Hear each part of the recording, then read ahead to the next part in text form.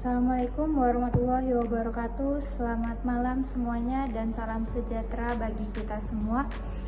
Perkenalkan semuanya, saya Andi Hamira dan rekan saya Mauliana. Di sini kami akan mengajak teman-teman semua untuk membahas tentang landas kontinen. Yang pertama-tama di sini saya akan menjelaskan yang paling dasar dari teori ini adalah pengertian dari landas kontinen itu sendiri. Jadi landas kontinen adalah bagian dasar laut yang merupakan perpanjangan dari benua yang berdekatan.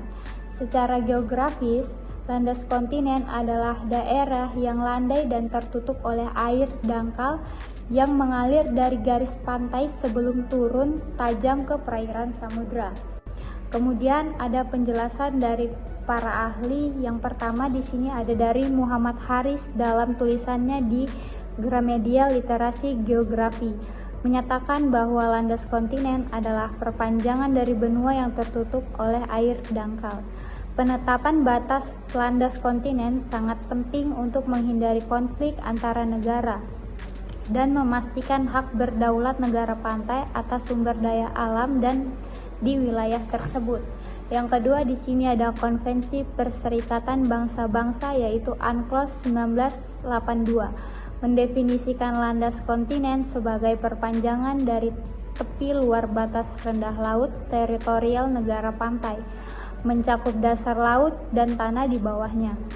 Negara memiliki hak berdaulat untuk eksplorasi dan eksploitasi sumber daya alam di wilayah ini.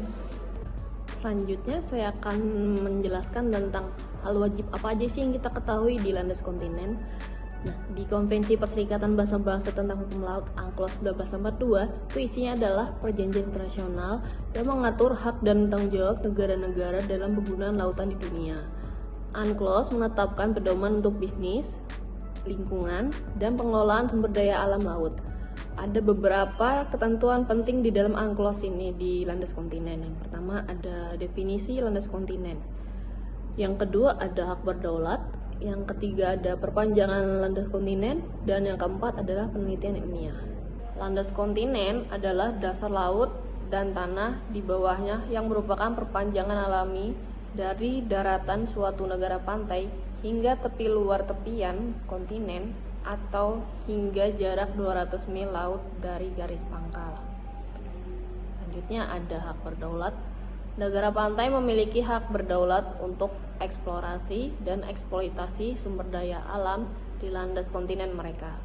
Hak ini eksklusif, artinya jika negara pantai tidak melakukan eksplorasi atau eksploitasi, tidak ada pihak lain yang boleh melakukannya tanpa izin negara tersebut. Selanjutnya ada perpanjangan landas kontinen. Negara pantai dapat mengajukan klaim untuk memperpanjang landas kontinen mereka hingga 350 mil laut dari garis pangkal, dengan syarat mereka dapat membuktikan adanya kelanjutan alamiah dari daratan mereka ke dasar laut. Selanjutnya ada penelitian ilmiah. Penelitian ilmiah di landas kontinen harus mendapat persetujuan dari negara pantai, terutama jika penelitian tersebut bertujuan untuk eksplorasi sumber daya alam.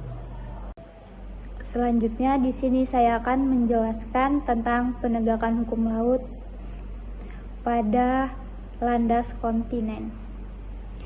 Jadi penegakan hukum laut pada landas kontinen sangat penting untuk menjaga keberlanjutan sumber daya alam di bawah laut.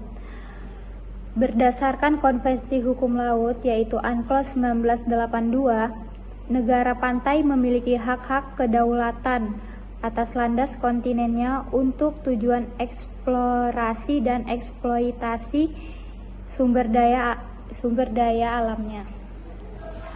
Lalu ada beberapa aspek penting dalam penegakan hukum laut pada landas kontinen. Yang pertama ada kepastian hukum. Menentukan hukum yang berlaku untuk penegakan hukum di wilayah landas kontinen. Lalu ada pengaturan sumber daya alam. Menyusun peraturan untuk pengelolaan sumber daya alam di landas kontinen seperti minyak dan gas bumi. Yang selanjutnya ada perlindungan lingkungan. Menyusun kebijakan untuk mencegah mengulangi dan memulihkan lingkungan laut dari pencemaran dan perusakan. Yang terakhir ada kerjasama internasional, meningkatkan kerjasama antar negara untuk memastikan penegakan hukum yang efektif dan adil.